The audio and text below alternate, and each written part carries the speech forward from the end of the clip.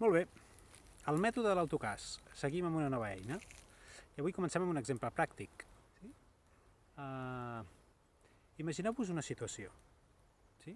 Jo formo part d'un equip i la persona que lidera aquest equip el divendres a les 9 del vespre em truca i em diu: Jesús, dilluns a les 10 tinc una reunió molt important i necessito que em preparis un informe. Sé que hauràs de passar el cap de setmana treballant, però jo a les 9 del matí necessitaria aquest informe. Molt bé. Jo estic molt compromès i em passo el cap de setmana, dedico el cap de setmana a elaborar aquest informe. I aleshores el dilluns al matí a les 9 puntualment entro al despatx d'aquesta persona i li dic: bon dia, et deixo, aquí tens l'informe.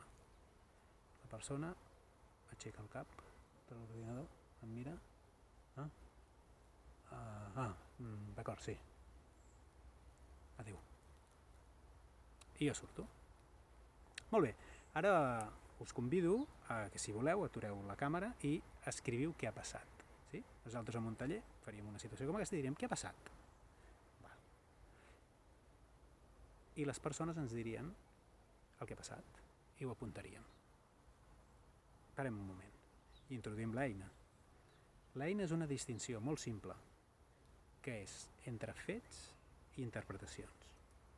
Els fets són els esdeveniments objectius i objectivables que s'esdevenen. Sí? Per exemple, això que he explicat.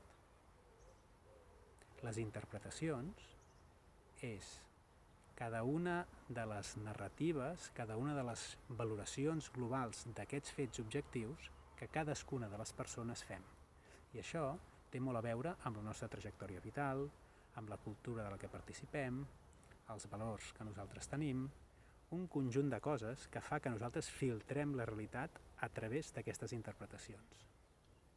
En la nostra experiència, quan en un taller d'aquest tipus endrecem el que ha passat, el 90% del que s'expressa són interpretacions.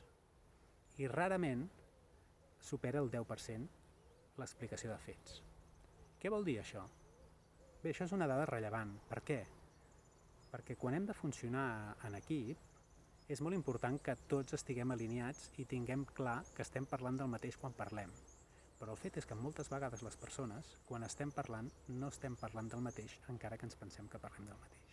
I això té efectes, perquè si no estem parlant del mateix quan parlem, potser no tenim claredat sobre quins objectius realment estem tenint com a col·lectiu, quina és la millor manera d'aconseguir-los i què hauríem de fer per arribar a aconseguir-los. I això, que sembla obvi, no ho és tant.